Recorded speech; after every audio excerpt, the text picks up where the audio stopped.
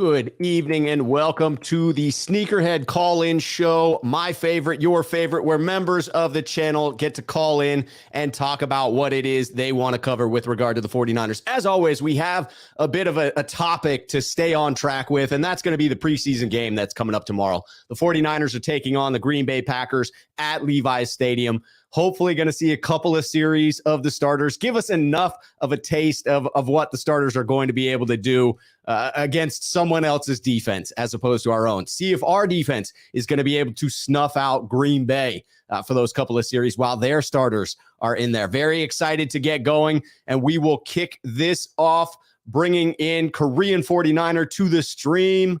How are you doing this afternoon, Korean 49er? Good, Rob. It's nice to turn off the air conditioning for once up here in the Midwest. That is always a positive thing. What's the temperature like outside? Is it a balmy 90 degrees, or what are you working with now? This morning was in the 60s. Ooh, that's nice. I like it when it hits the 60s in summertime. They said for another day or two it might be in the 50s overnight, so it'll be definitely nice to have a little bit of cool breeze coming in. Yes, indeed. Cool breezes are fantastic. But before we get into it, by the way, I just forgot to recognize those here in the chat. So I'm going to take a moment of your time, Ekim. We'll get back to you in just a moment. But we got Charles Thurman, Sneakerhead, here on the channel. Stivers 209 Football, Dustin Kohler, still talking about Jimmy Garoppolo, of course. Chris Royal, Raphael 5629ers, Tom Bragg, and Theo Romo in the house. Welcome to everybody. As always, if you're in the chat and you have a particular topic you want us to cover at any point during the broadcast, go ahead and put it in. Just start it off with @Rob or @Rob Schuh. Sorry to cut you off there to get that in there, but you gotta keep the people in the chat healthy, happy, and contented. So what do you have on your mind for today for that upcoming preseason game? Just want to hear about see the 49ers hit another team instead of each other for once. Yes. Yep. Amen to that. And if there's a fight, it's going to be between two opposing teams and not between teammates. If we can beat up on the Packers, that's going to make me feel a hell of a lot better, whether it's defense or offense, really. Yep. Hopefully no one gets hurt, but you always know that someone's going to, sadly, there may be an injury or two in the game. Hopefully they'll be relatively healthy afterwards. Yeah, exactly. You hope that they can come through afterwards with some nicks and bruises, but hopefully nothing major going on. Yeah, I'm not taking too much from it since they're not going to do anything exotic or earth-shattering. So I'm not going to expect too much from Trey. Hopefully, he'll complete a good percentage of his passes and start to get more game time. Yeah, I mean, I think that because of the fact that the 49ers have 3 games in 13 days, along with the 2 joint practices against Minnesota, it seems as if Kyle Shanahan has tipped his cards already that Lance, and I would guess most of the starters, only play 2 of those 3 games so that you're not subjecting their bodies to 3 NFL games in 2 weeks, which is ridiculous. That leads me to believe that we're going to see a little bit more of Lance than you typically would in your first preseason game. I mean, historically speaking, I feel like a lot of teams go with a single series, maybe 2, because of the fact that they're holding Lance and some of the starters out of one of the games. I would assume that it's 2 series at a minimum, maybe 3 if it's real short series. What do you have in mind? How much of Lance do you think we're going to see? With Lance, I'm going to say maybe a quarter, depending on how many series they get in how many series they can get in a quarter. So I'm going to say if it's 3, I think that's more than enough for the first game, and then they could calculate for the next one against whoever the next opponent is. Yeah, and I would tend to agree with the idea of it being about a quarter worth of action. That when I look at 2 series, I'm looking at a couple of series that hopefully go a little bit further, right? Hopefully allow for the 49ers to have like an 8-9 play drive, and I would think that'll take up the quarter as well. Yeah, so and in the game, I'll hopefully get to see a little bit more defensive tackle depth to see how that's panning out. Hopefully they'll get through it, and we will have a good interior defensive line depth. Yeah, you don't want to see, even if there are a couple of bumps and bruises, as you said, it's fair to expect that. This is the NFL. Even though it's preseason, you're still going to get injuries. hopefully it will not be at positions where the 49ers are seemingly thinning out, right? You don't want any injuries at cornerback. You don't want to have a situation where you're really down 3 or 4 corners. You don't want to have a situation where you're already thin at defensive line and you lose someone there. So, I mean, hopefully we come out of this thing completely unscathed, but if not, then potentially at positions where there are greater backlogs and you can afford a bit of a setback there. Yeah. And also one other thing before I let you go, with this supposed news about Jimmy's interest with Cleveland, reigniting again, as I said before, I'll believe it when I see it. I'll leave it at that. I don't blame you for that, man. I mean, all of us have been saying like, hey, Cleveland's a destination. And now the beat reporter for the Cleveland Browns comes out today and basically is just like, yeah, maybe, if, then maybe. It was a very wish-washy type of a tweet, but everyone ran with that as like, it's happening. It is finally happening. I don't think that it's that close. You got to wait for the Deshaun Watson suspension to be handed down first and foremost. And then Cleveland's got to do their due diligence about what kind of a deal, what kind of a package they can put together for Jimmy Garoppolo. I can't imagine it's significantly better than what they got in return for Baker Mayfield. And so it's really doesn't seem like much to get excited about from our standpoint, save for the idea that it could finally be the way in which Jimmy is sent away from San Francisco. Yeah. We'll see if anything comes from it. If Watson gets an 8-game suspension instead, as he blurted out today, I'd still go with Jacoby Brissett and not even worry about it. If it's a full year, then we could bring that one up later. Yeah, that's fair reasoning. I mean, 8 games, are you really going to come in and pay somebody close to $24 million, whatever they're able to renegotiate with Jimmy Garoppolo for his current salary, just to fill in for less than half a season now? That's a steep price to pay. It all depends on how much pressure the Browns organization is feeling, how much pressure that the front office is feeling to win this year. And we won't know that until they make a move. Yep, so... All right, Rob. I'm still trying to work out an issue with YouTube on maintaining my subscription. I got to thank that person who tried to steal my debit card number. So stupid. Hey, but, it is always a pleasure to see you, and I look forward to our continued conversations. Yep, I'll send you another email about that at some other time. So, all right, that sounds good. Yep. Thank you, sir. Take care. Enjoy the game. Yep. Thank you. All right. Later. All right, we're going to get into some comments here. Just wanted to say what's up to Darren Worthington comes in to say what's up. Jamie Bryant saying, hey, man. Daniel Jr. Middleton coming in to say good afternoon. BK from the Bay coming in to say hello. I like Darren Worthington's message here. Rob, let's smash the Packers. Yes, indeed. Let's do that. Charles is just excited that football is back.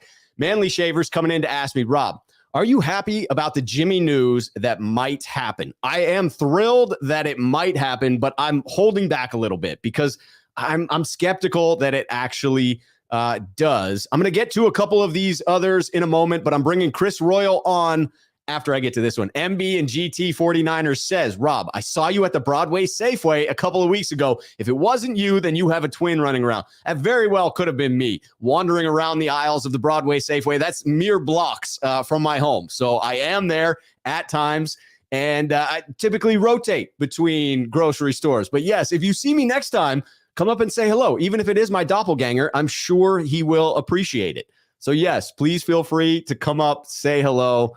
I'd be more than happy. And Chris Royal coming in with the super chat. I think she said it was that way, mostly not to piss off fans and cause any unrest. I want to get Chris's thoughts on that, so we are bringing him in next. Chris, how are you doing, my friend? I'm doing well. How are you? I am doing well. All right, so I want to unpack this theory. So you think it is it Kay Cabot? Is that the name of the beat reporter? Yeah, I believe so. So she comes out, and again, it's worded in such a way that does protect her. It says, if Deshaun Watson's suspension is a lengthy one, the Browns would, I think it's if and consider, the Browns would consider a trade for Jimmy Garoppolo. So it's not a if-then statement. It's a if-then-maybe statement.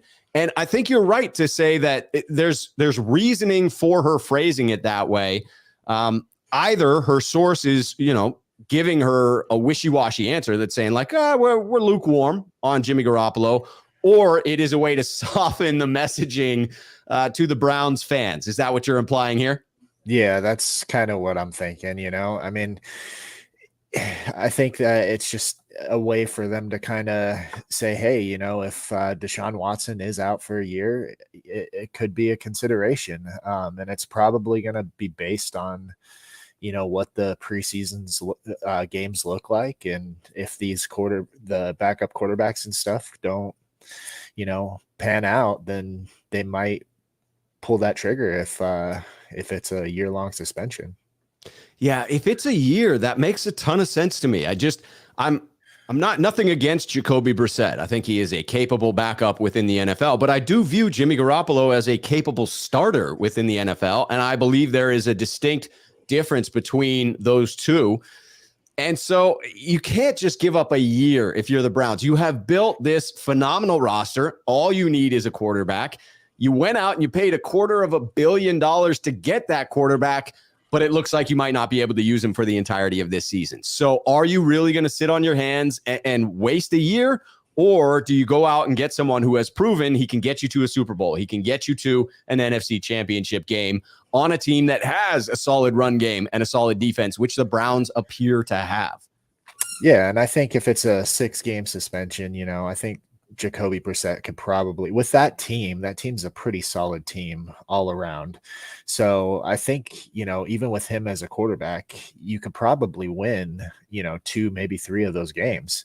I haven't really looked at their schedule to see who they play and how tough it is, but sure. If they go 2-4 and then Deshaun Watson comes back, then, we've seen what Deshaun Watson can do at quarterback. So, I mean, they wouldn't fall out of the playoff contention by any means in that regard. Yeah, right. I mean, it'll be interesting to watch. I have slowly but surely come around to this idea that the 49ers may have to release Jimmy Garoppolo. It feels a little bit crazy to have to cut a starting caliber quarterback within the NFL. But if it's not the Browns and there isn't some other injury, we will come up against that hard deadline of cutting Jimmy Garoppolo or allowing his salary to become guaranteed. I've said that I'm wishy-washy on the fence about the idea of getting him to take a pay cut and stick around, but I know people don't want to hear about Jimmy Garoppolo. The question brought us there. Let's steer this thing back to the preseason game because I don't think we're going to see Jimmy Garoppolo out on the field in Levi Stadium against the Packers. What are you going to be looking for most? I mean, Lance is obviously going to draw all the eyeballs, but what is it specifically about watching Lance and then around the field that you're going to be keeping an eye out for? Yeah, so, when Lance is out there, I'm kind of going to just be watching to see, how he's throwing the ball. I mean, seeing what kind of plays they're running and if he's able to execute those short dump-off plays that he's been kind of sailing. And but other than him, I think it's a lot of the younger guys that we got on the team. I'm excited to see some of the backup players, I want to see Danny Gray out there, see what he can bring to it. I want to see if how much work Trey Sermon gets, Tyrion Davis-Price. I mean, there's going to be a lot of cool things to kind of just see how it progresses. Yeah, there are going to be a lot of people out there to keep your eye on. I'm anxious to see Trey Sermon. I really do believe that I've heard some good things. He may get a considerable amount of snaps out there on the field. We might get to see the Trey Sermon show. Yeah. I mean, there's a lot of reports saying that he looks really good. So it definitely won't hurt us to have a few running backs in the arsenal. Absolutely not. I want to bring in a couple of comments that I got over here on the side. Rigger 49er coming in to say, Rob, what do you think about our season this year? What do you think our record will be and a possible playoff run?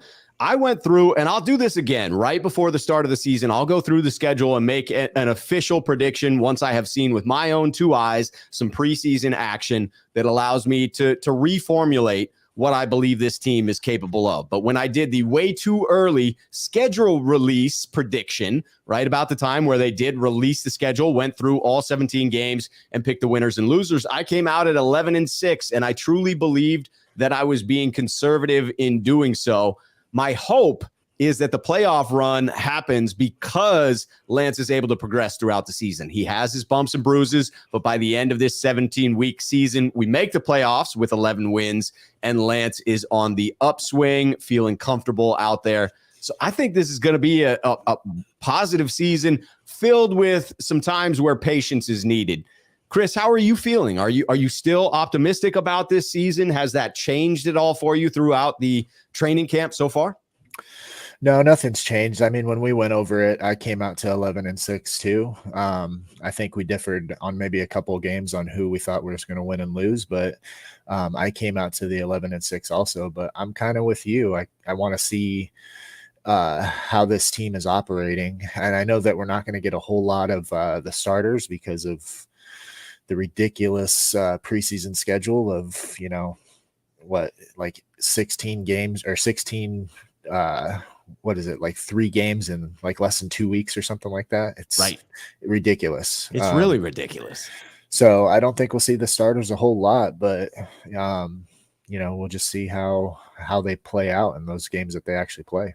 Yeah. Would you expect or would you hope to see a long run from all of the interior offensive linemen who are fighting for those spots? Or do you think the 49ers will limit their action in trying to keep them healthy? I mean, what do you see? What do you foresee as the most likely scenario for that interior O-line? Are we going to see heavy doses of Daniel Brunskill and Jake Brendel and Burford and Banks? Are we going to see them out there for longer than we do, let's say, Trey Lance?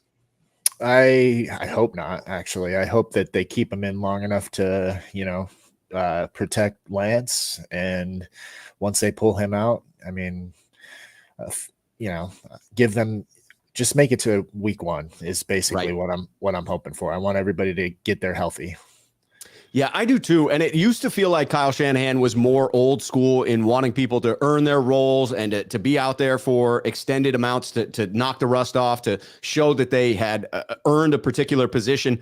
But he seems to be coming around, especially with all the injuries that we suffered early on in his tenure with the 49ers. Now a priority for him is, let's just get to the season healthy. Like, yeah, I want to make sure everybody knows the playbook, everybody's comfortable, everybody is in good shape. And I want to make sure that they're out there for the regular season as well. And I think that's prudent of him to make that adjustment. Yeah, I mean, with all the injuries that he's had on the team since he's taken over, it's, I would imagine he has a little bit of PTSD and just wants to get to the season healthy. Yes, absolutely. And I don't blame him for that. I want to bring in Kurt Papatakis comment here. I believe that's how to pronounce it, but correct me if I'm wrong about that, Kurt, because I just winged it on that one and didn't feel great when it came out. So Kurt, Sneakerhead here on the channel, says, Rob, what value of pick would you pay for some of Jimmy's contract? Some of Jimmy's contract for? What value of pick would you pay some of Jimmy's contract for? So the question being, if you need to eat any of Jimmy Garoppolo's salary to send him to Cleveland, what level of pick would you require in return to eat that money?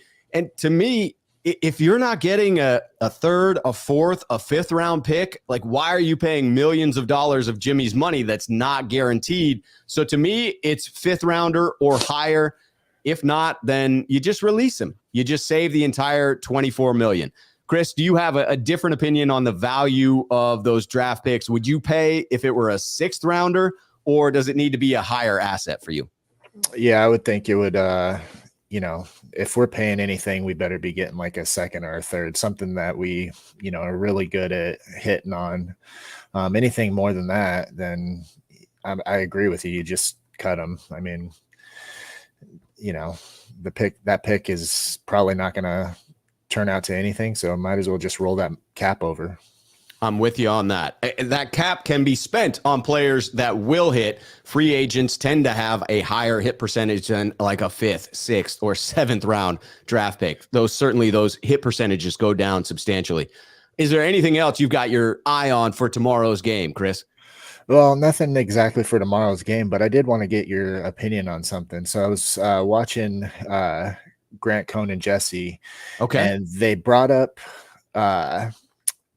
Kyle Shanahan went on I Am Athlete with Brandon Marshall and Adam Pac-Man Jones. Right. And brought up that it was Trey Lance and Mac Jones the whole time.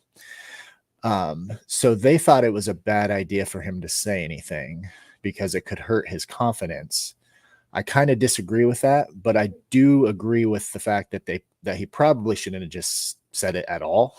Yeah. Like, just leave that one alone because you've made your pick and you ride with that pick. Right. But they used that it would hurt Trey's confidence. Where I disagree with that is we've all, at some point in our jobs, went for a promotion. Yes. We always know that there's multiple people that are gunning for that job. Sure. So when you're picked, you don't give two craps that, there was half a dozen other people. All you're thinking about is, well, I got that job. That's right. I mean, in essence, you beat out all those other people. So if there were some qualified candidates, you should then feel good that you were picked above those other qualified candidates. Right. And that's kind of my thought on it, is that I don't think it should really dissuade Lance from thinking his value at all. I mean, it should give him confidence that, hey, I beat this guy out. I definitely don't believe that it would hurt Lance's confidence, and I wouldn't break it down from that angle. But I agree with you. It's a subject that it doesn't seem necessary to bring it up at this point. By the way, I just noticed that I still had the banner last night from my Between Two Beards in there. Got to make sure I correct that. At least I got a beard. You do have the beard. Oh. Kim was not holding it down on that one. No. But you are for me, Chris. I appreciate it. Yeah, I mean, it is very fascinating to consider, like, what are you bringing it up for? What do you have to gain by raising that issue yet again? You know how toxic the 49ers fan base got about that subject when it was undecided at the draft last year. There's just, it feels unnecessary to bring it up. But Kyle Shanahan, to his credit, unless he's trying to hold back information intentionally, wherein he generally admits he's doing so, I think he's pretty forthright. We tend to think he's lying or just giving a half truth and try to dissect it, but he tends to answer a lot of questions pretty straightforward. And this seems like another one where he just decided to volunteer that information. I wouldn't have, but I agree with you that I don't think it hurts Lance's confidence. It just is annoying that it brings the topic back to light. Yeah, I mean, it definitely adds some ammunition for people later on if for some reason Trey Lance struggles, which he probably will at some point. Definitely. So. But every young quarterback does, right? And so, there'll be people waiting with that locker room fodder, just ready to throw that back in the cyberspace as soon as Lance struggles once. Yes. That's all I got for you. Chris, I always appreciate it, man. I'm looking forward to the Salem get-together this weekend. Going to be fantastic. I will see you then, and thank you, as always, for the fantastic call, my friend. Absolutely. Have a good one, Rob. All right, you too. Take care, Chris. All right, we are bringing in NC 49er fan to the stream. How you doing this afternoon, Charles? Good to see you, my friend. Doing good, man. How about you? Hey, good. So welcome to the program. Yeah, welcome man. First to the program. Time we make it. Yes, sir. So are you excited about the game tomorrow? Are you looking forward to the Niners hopefully beating the hell out of the Packers? Oh, no doubt, man. Definitely. Love to watch them beat Green Bay every time.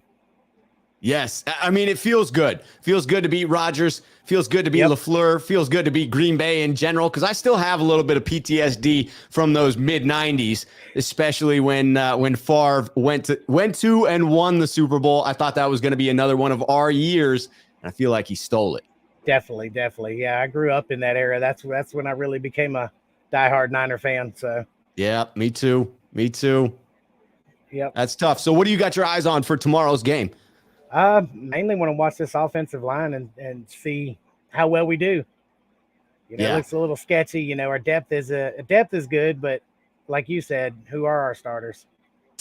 I really am coming around to this idea that the depth is very solid, and I still will feel more comfortable once we have nailed down who those starting five are, because I'm a firm believer in offensive lines are as good as they can spend time together and gel as a unit. And it doesn't matter if you took 5 individuals that are very talented. If you throw them together last minute, they're going to struggle more than if you had given a little bit of time just to come together as a unit. It's one of those position groups on the field that genuinely feels like they need to know what the other person is doing.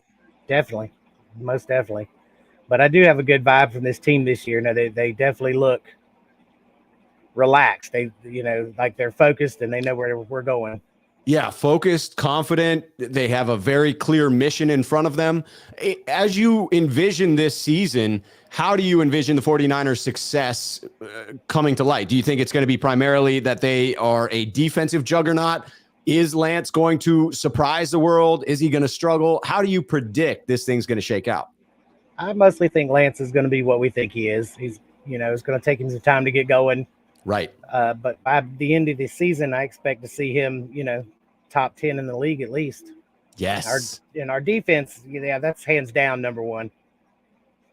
I'm excited for the defense. I mean, this could really be a special season for the D, especially if we can get those turnovers, man. This defense, if you can both generate a significant number of sacks and turn the ball over, forget about it. This defense will win us some games. That's it. As long as we can get to week 1 healthy. Yeah. Right. Along those lines, how long would you want to see most of the starters out there? Shanahan has said that they're probably only playing in 2 out of 3 games. Would you then give them additional run time because of that fact? Or are you still keeping it short, trying to get them out of the game healthy? That is a catch-22. We have been injured quite a bit for the last few years. It's scary. Sir. But we have a lot of new faces that haven't played together a lot. So, just that happy medium. Whatever Shanahan makes it, we trust him. Yeah, that's fair. I mean, I hope that there's enough time for Lance to really get comfortable out there. Yeah. It does feel like something you want him to feel comfortable. You want him to get relaxed. You want him to get enough snaps so that when we hit the regular season, he's running. But if there's an injury and you're turning over to Nate Sudfeld for week 1, all of a sudden I don't feel so good against Chicago. So it is definitely something that you have to be cognizant of. Definitely. I, part of you wants to keep Jimmy around as a backup for that, but we definitely understand why he has to go too. So. Yes, absolutely. By the way, is the Charles Alt in the chat? Is that your son? That's me. Yeah, nice. No, that's me. Oh, that's you. My son there. Yes, that is my son right there. Yep. Sure is. I see it pop up. That's fantastic. I love it. Yep. I love seeing that in the chat. Just had to pull that up. Yeah, I'm the 3rd and he's the 4th. Nice. Yep. Man, there have been some Charles coming down. You are the 3rd already. That's fantastic. Yes, I love it. I love the tradition, keeping it alive. Got to. We made Jacksonville game last year was our first game we ever been to, and nice. We've already got our tickets for Carolina this year, so we're excited. Yes, sir. I gotta say, I went out to Carolina in the what was that? The 2012 playoffs or the 2013 playoffs, and loved it. Absolutely loved it. The people were so kind. I mean, I went from Carolina to Seattle the next week, closer to home, but man, they treated me like crap. And it went from the best fans I had ever encountered in the NFL to maybe the worst fans I have ever encountered in the NFL. But I need to give my shout out to the Carolina Panthers fans because of the way in which they welcomed me and were so kind. Just good people in that neck of the woods. Yep, it's a Southern hospitality thing. Yes, it is. They were great in Green Bay as well. I got a nod to the Packers fans in the playoffs last year. I was already red and gold before Carolina existed. So, and loyalty, that's deep. So we're not going anywhere. Nope. I love it. Bringing in Chris Royal, super chat here. Barring any injuries, top 1 to 3 defense, easy. I am with that. Like this defense on paper and what we're seeing in training camp seems to be one that is built to perform. Definitely. You give us a good secondary to give our D-line time to really get in there and wreak havoc. That's all we lacked last year. We were a good secondary away from the Super Bowl last year, we feel like. So yes, Absolutely. I mean, one or two plays, man, and that was us in the Super Bowl last year. Yep. One or two players certainly would have made the difference. An additional cornerback may have been the difference in last year's squad. Had Brett healthy last year, we would have been great. Yeah, I tend to think so as well. Want to bring in John B. Sneakerhead here on the channel says, Rob, prediction for tomorrow's preseason game is Kyle and Lance will try a couple of things against Green Bay to see how Lance plays, not against his own defense. And then it's Sudfeld Purdy time. I like that prediction. So we're talking about limited snaps for Lance, but trying some things, right? Probably a couple of deep shots, maybe using his legs a little bit. I would hope not into the meat of the defense. I don't want to see Lance running in between the tackles in a freaking preseason game. But if he's scampering around the edge and getting out of bounds without getting hit, I'd love to see his wheels. I would love to see him running more confidently than we saw last year. Definitely. Last year did look like, when it was his time to shine, he kind of danced around a bit. He looked not as comfortable as he should. And then, of course, by the end of both games, though, he looked settled in, dialed in, and looked like he'd been doing it all year. So it's encouraging. Yes, it is. Yes, it is. I am looking forward to watching the maturation of Trey Lance. And this feels like the first step along the way where we actually get to see it. It's not practice film. It's not just something from the sidelines at training camp. This is real preseason football happening. Oh, yes. Can't wait. I am very, very excited for it. So are there any other position groups that you're really going to have your eye on? Obviously, Lance, obviously the offensive line. Anybody else that's really exciting you? No, our nickel position for sure. And who are they going to line up behind Kittle? Yeah. That's will they have a reliable second tight end? It's interesting to watch Ross Dwelly, who's a fan favorite, who seems to display great hands in preseason each year. I'll be looking to see if he can show something. Tyler Kroft is another one, and Tanner Hudson is the one that I made my dark horse prediction way early, right after we signed him. Someone asked that in a mailbag, and I had predicted Tanner Hudson grabs one of the spots remaining. So, I'm going to be rooting for him a little bit. So we'll see who can pull down that second spot. Whoever blocks the best, with Shanahan, that's what matters. Yeah, that's a fair point. Very fair point. Want to bring in another sneakerhead here. Jonathan Marino says, Rob Schuh, when everyone completely overreacts to Trey to more either way, I'm going to die. LOL. He plays 3 drives and gets some water. I'm excited to see the rookies get some run, especially Drake and Burford.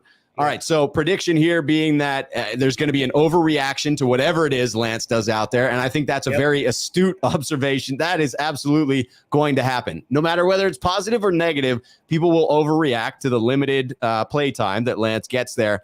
And I like the call out, though, looking at Drake and Burford as the 2 rookies that are most exciting. Burford has gotten phenomenal reviews, and Drake seems to be showing out as well. I mean, the cut down at defensive edge to me is going to be wild. If we don't have any injuries there, getting to the end of that roster and deciding which edge rushers they keep and which ones they release and get claimed by other teams, that's going to be a fascinating cut down. Definitely. I don't envy that man's job at all, for sure. No, you have to get it right. You absolutely have to get that right. All right. So what's your prediction for tomorrow's game? Do you think the Niners walk away with it? Is it going to be a tight one? It's Green Bay, man. We're coming away with the win. Yes, sir. We got their number. We do seem to have Green Bay's number, especially when it counts. Aaron Rodgers' statement where he says, not as worried as, or not as sorry as they'll be that they didn't draft me. Yeah.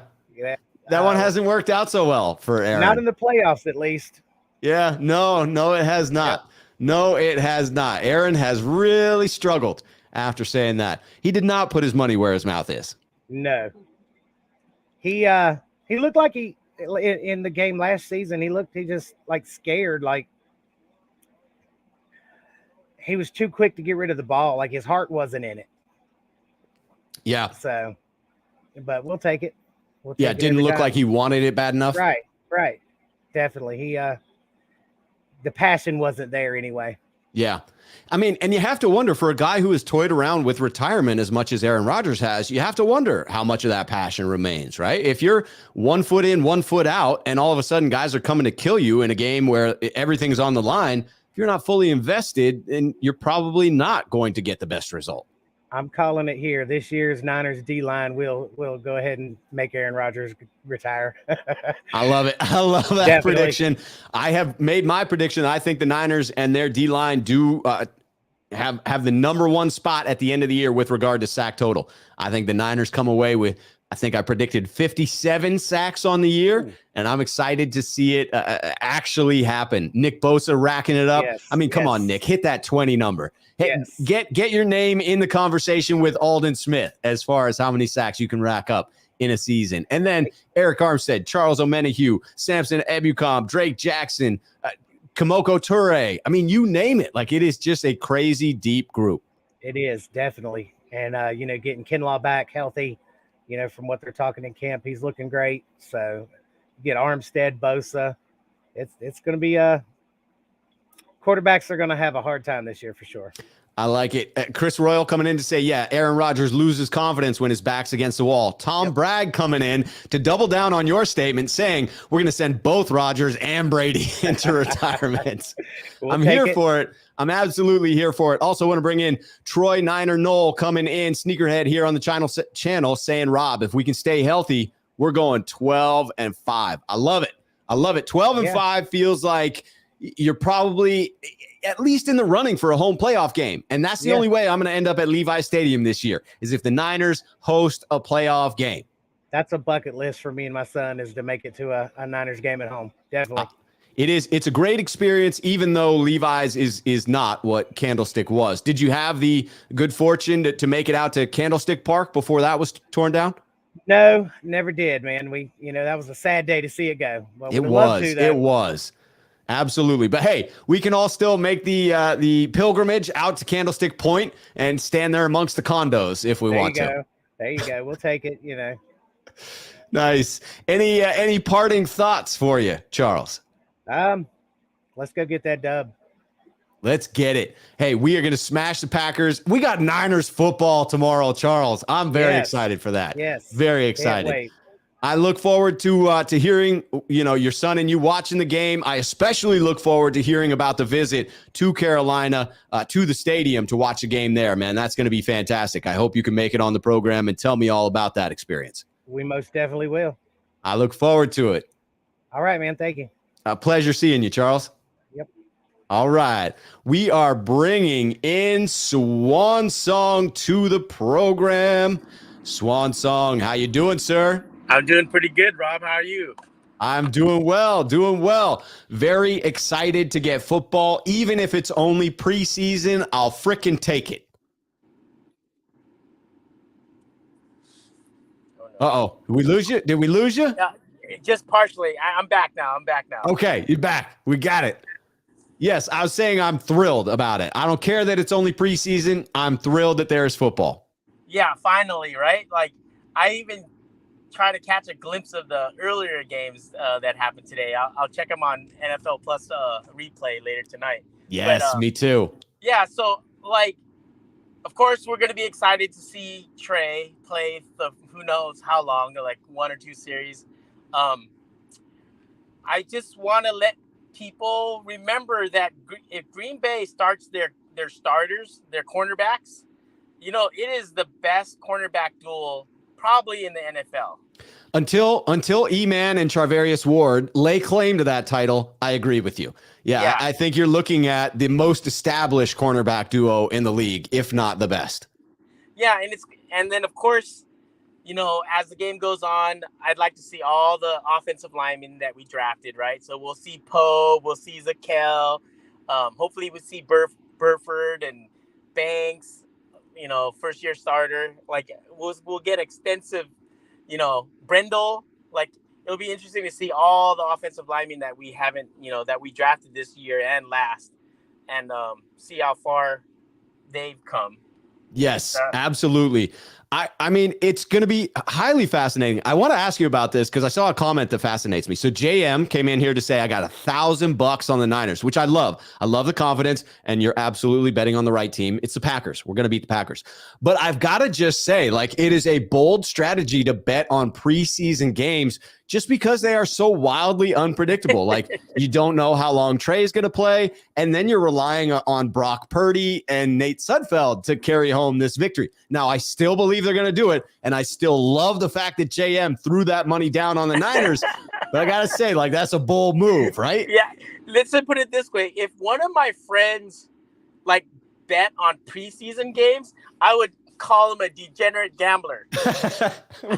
We're not saying that about JM. No, we're not right? saying that about JM because I don't know JM. Yeah. But if one of my friends did that, that's what I would tell him. I'd be like, are you all right, bro? Well, we're going to feel better once the Niners win, and we know that JM is $1,000 richer. But if something bad happens to Purdy and he doesn't, I'm going to feel pretty bad. Yeah, good luck to you, JM. I hope you win that money. Yes, absolutely. Although if you're betting 1,000 on a preseason game, $1,000 probably not very much to him. Yeah, right. I mean, it could be that is chump change. When you're like, what am I going to throw down on the Niners preseason game? Oh, let's go K, 1K. That'd be good. Like, that's probably what you're using as toilet paper at that point. Mad respect, JM. Mad respect. Yeah. So I also think, of course, the running backs. We get to yes. That's going to be cool to see. We're going to see, I'm not sure if Mitchell's going to play, but we're going to see Sermon for sure. We're going to see TDP for sure. We're going to see Mason, who's everyone's in love with. Yeah, Mason's everybody's darling right now. I'll be honest, man. I'd be okay if Elijah Mitchell didn't make an appearance in any freaking preseason game. He already knows what the system is. Give him till week 1. Keep him healthy. Put him on the shelf. Yeah. I would say there's a few players that, we bubble wrap into the season, and that would be, both of the cornerbacks, Nick Bosa, right? Trent Williams, McGlinchey, but I think McGlinchey is going to play. But, bubble wrap all those guys. It'll be interesting to see if Javon Kinlaw plays. That will. Him and Mike McGlinchey. I wouldn't expect to see either one of them. My guess would be that we see both of them in the final preseason game. But I'll be pleasantly surprised if we have Javon Kinlaw out there. Yeah, it's crazy the physique change that he made, because usually guys that big, it's hard for them to look different, right? Because they're dealing with a lot of mass, right? And he's never been like a chubby or fat. He's just been kind of just solid, right? And huge. Right. But the way that he looks now, like if you look at his physique, I swear he looks like, I've been calling him Kinlaw the Barbarian. I like that nickname. And it's fitting. He looks shredded this offseason. Yeah. He looks absolutely shredded. Yeah, it's crazy because, I'm really looking forward to like that. That is a story that I want to work out more than pretty much anyone besides Lance. Like that's the story I want to see what happens with that. And but what's your official prediction? You think we see him out there for a series? Who, Kinlaw? Yeah. I mean, he's practicing lately. He's been practicing as much as anyone, right? In the last week. Like I think so. Two consecutive days after doing a lot of work. So maybe they'll put him in for, a series or two. I mean, that would be killer. Yeah, it'll be telling, right, if they do, right? So it'll be like, but, if they don't, that it really doesn't say much, right? But if they do, then I'm really, really confident that, that he is 100% healthy, and they're not too worried. That's a great angle to point out, that him playing would be a huge indicator of where he is as far as health and readiness for the season. Holding him back would not be as strong of an indicator. It could be the training staff is being super conservative. It could be that the coaching staff is being super conservative. It wouldn't dictate the same outcome. It wouldn't dictate the same information that you get from him starting, which would be huge information. Yeah, exactly. And but yeah, so it's good that we have something to look forward to tomorrow. And then the whole game's going to be interesting. So, but, very interesting. I do want to point out, as Chris Royal points out to us, that it is in fact Jordan Love starting for Green Bay. Not too surprising. Lance versus Love is an interesting duel. That will be the storyline. Lance versus Love. Also, JM came in to say he was just kidding. Go Niners. He's not a degenerate gambler, just a degenerate. I like people who have good self-deprecating humor, so I had to bring that in there. Pizza all day. Just to answer this one real quick, which field are we playing tomorrow? We are at Levi's tomorrow. Very exciting. All right, so what will you take away from this game? If the Niners come out and first team looks good, but second team struggles, we end up getting our butts handed to us, I don't think that's going to be the outcome. Will you be concerned at all? Will that speak to you about the depth on this team? Like, does the simple fact that the Niners have an extremely deep roster, which I believe you have agreed with me on in this offseason, does that require that they win more of these preseason games because of the fact that their roster is deep top to bottom, so they should be able to win in the second and third unit as well? Yeah, I mean, on the defense, yes, I wouldn't be worried about that. If they get, preseason is so weird. Like, you don't know what's going to happen. So after the first, like, even the whole game, I mean, of course, I want the series to come out fine when Trey's in there and smooth. Like, yeah, that was my ideal. But I'm not going to panic if it doesn't look good, because it's just two series, right? It's like, that's the whole point of this whole thing, right? I know, of course, everyone will make a big deal of it if it looks rough. But it's preseason, right? But I'm more concerned with if something looks really bad, what I would be concerned about that would carry over to the season would be the offensive line, right? Because we already, right? Because the offensive line, we have 3 first years, right? 1 rookie and 2 first-year starters that could be potentially playing on the inside, in the inside, right? So that is, to me, something that we have to monitor for the first few weeks, right? Until, if it starts looking good, then fine, right? And so far they've been doing decent at camp, but when the lights turn on, like, what is it going to be with holding calls? What is it going to be with offsides and all these things, or missed assignments and things like that? So that is the one that has me the most nervous because, but so far so good in camp. The camp reports have been decent, so it hasn't been that scary. But we'll get a glimpse of it, Friday. We'll get a glimpse of that tomorrow. Yeah, because you're looking at, potentially a lineup of Banks, Brendel, and Burford. Banks and Burford, I think, are still sitting at, certainly Burford's at 0 starts. Banks is at 0 starts as well. And I think Brendel has only had like 7 in his career or something. It's not a high number. So You're right. You do need to see how these guys act when the lights come on, when it's actual game time, because the game may not have slowed down for them in the same way that it has at practice, when there isn't pressure, when it's not the real deal. Right. And the good thing is if those guys can be solid, right? And I have confidence that they will be. And we'll have Brunskill in our back pocket, right? Which we know he can do the job, right? Like I know a lot of people have made fun of Brunskill, but in this last year, he kind of proved it to everyone. I think even the staunch Brunskill critics have softened up, right? I'm like, he can play, right? Yes. He can play. Yes, he's a suitable starter. Yeah, and then on top of that, we saw McKivitz do it already for us because McKivitz filled in on our Week 18 game and did an admirable job against the Rams. Yes. Right? So it's like we have that. So it's like I feel confident, but I only feel confident if it depending on those 3, the 3 starters. Yeah. Doing well. So it's like that is my biggest concern going into the season. and hopefully, hopefully we get some good play there, good solid play. I will have my eyes on the running back room, the offensive line, the nickel corner position, and I want to see Huff out there making some plays. Those will be areas where I am just glued to the television. Absolutely. Yeah. And I remember a few weeks I brought up matchups that I was dying to see, right? And one of them was, Huff against Kittle, right? Yes. And so far from the sounds of camp, it seems like, I think Kittle's probably beating him more than Huff's beating Kittle, but I think there's a couple of reps, where Huff did beat Kittle.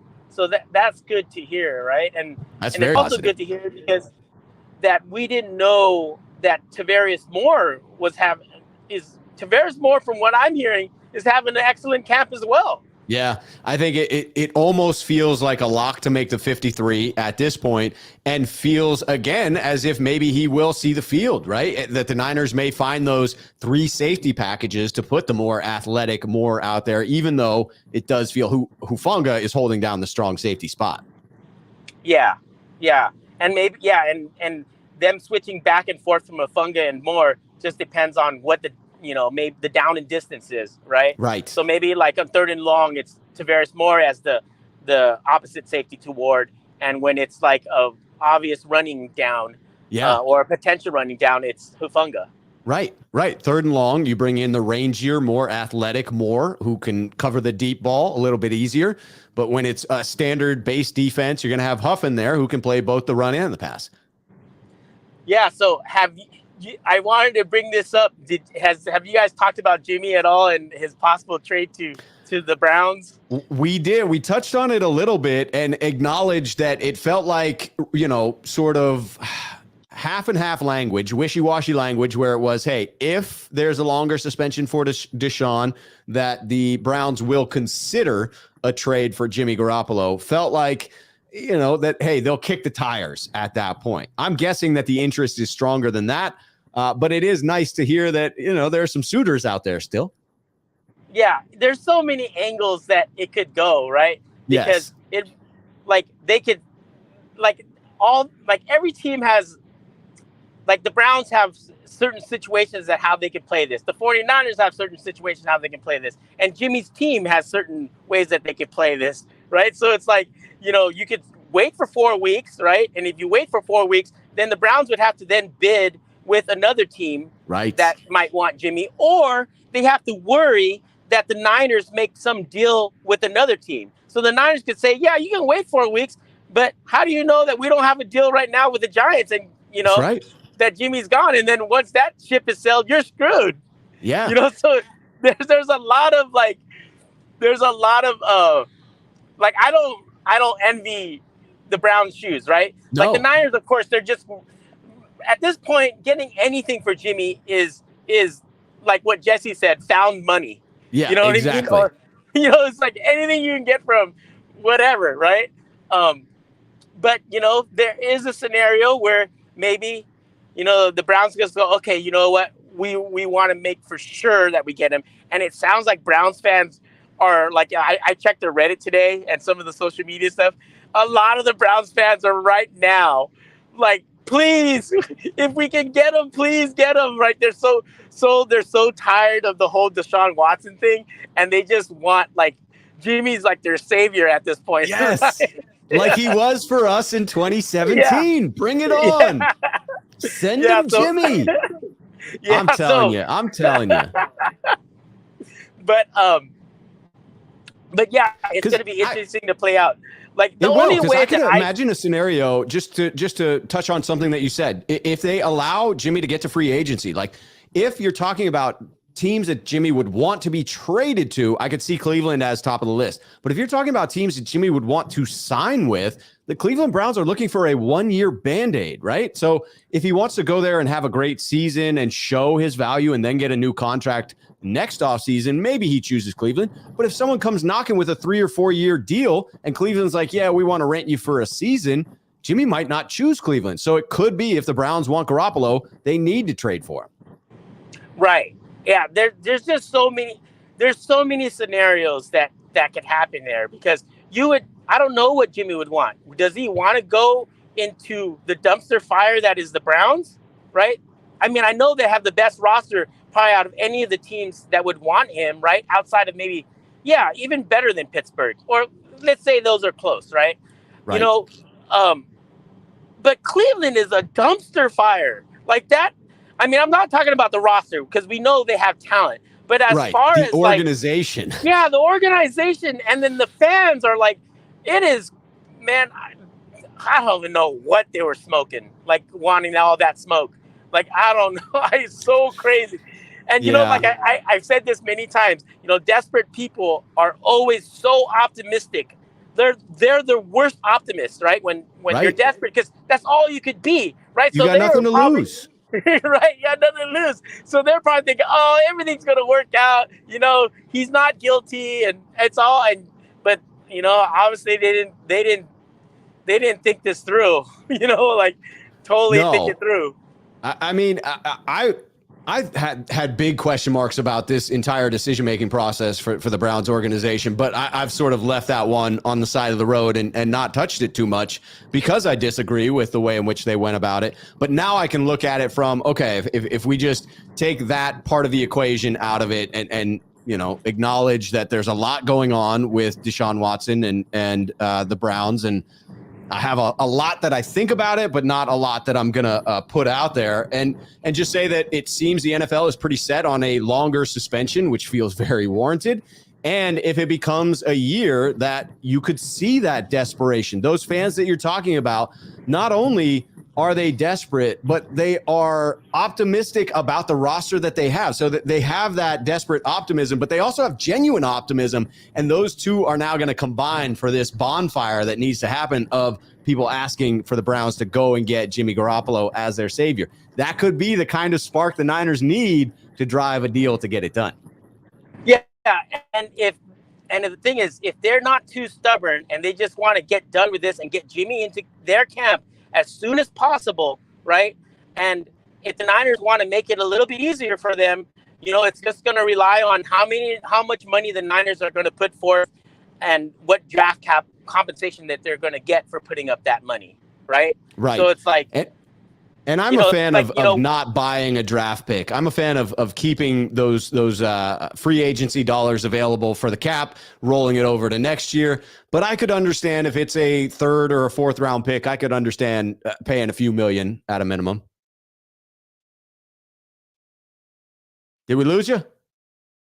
Uh-oh. We may have come to the end. I'll take this moment to say to Troy Niner Knoll, who is now going to his first ever 49er game, the home opener. That is fantastic, Troy. That is going to be an extremely exciting game. I wish that you got to go to Candlestick, but because you haven't been there, it'll make Levi's just that much newer, right? You won't have anything to compare it against. Us old timers that want the stick back, you will just have the one. I'm very excited about the game tomorrow. Looks like we lost Swan Song. We'll wait just a moment to see if he comes back in, but it basically is the 6 o'clock hour. It's about that time to go anyway. I appreciate the show. It was fantastic calls, start to finish.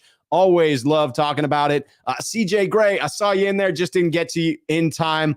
We will definitely make that work next time around. I will be back on before the game tomorrow with Jackhammer. Not sure of the time yet. Let me get my little Twitter thing up there so that you can see my Twitter handle. Here we go. If you want to follow me on Twitter, you can watch tomorrow when I'm about to go live. I will announce it on Twitter so that you know what time that will be. But look for me and Jackhammer tomorrow. And then there's Niners football. Get out there, watch the game, enjoy it. If you're still watching and you haven't hit the like button, hit it on your way out. I will see you all tomorrow. And until then, cheers, faithful.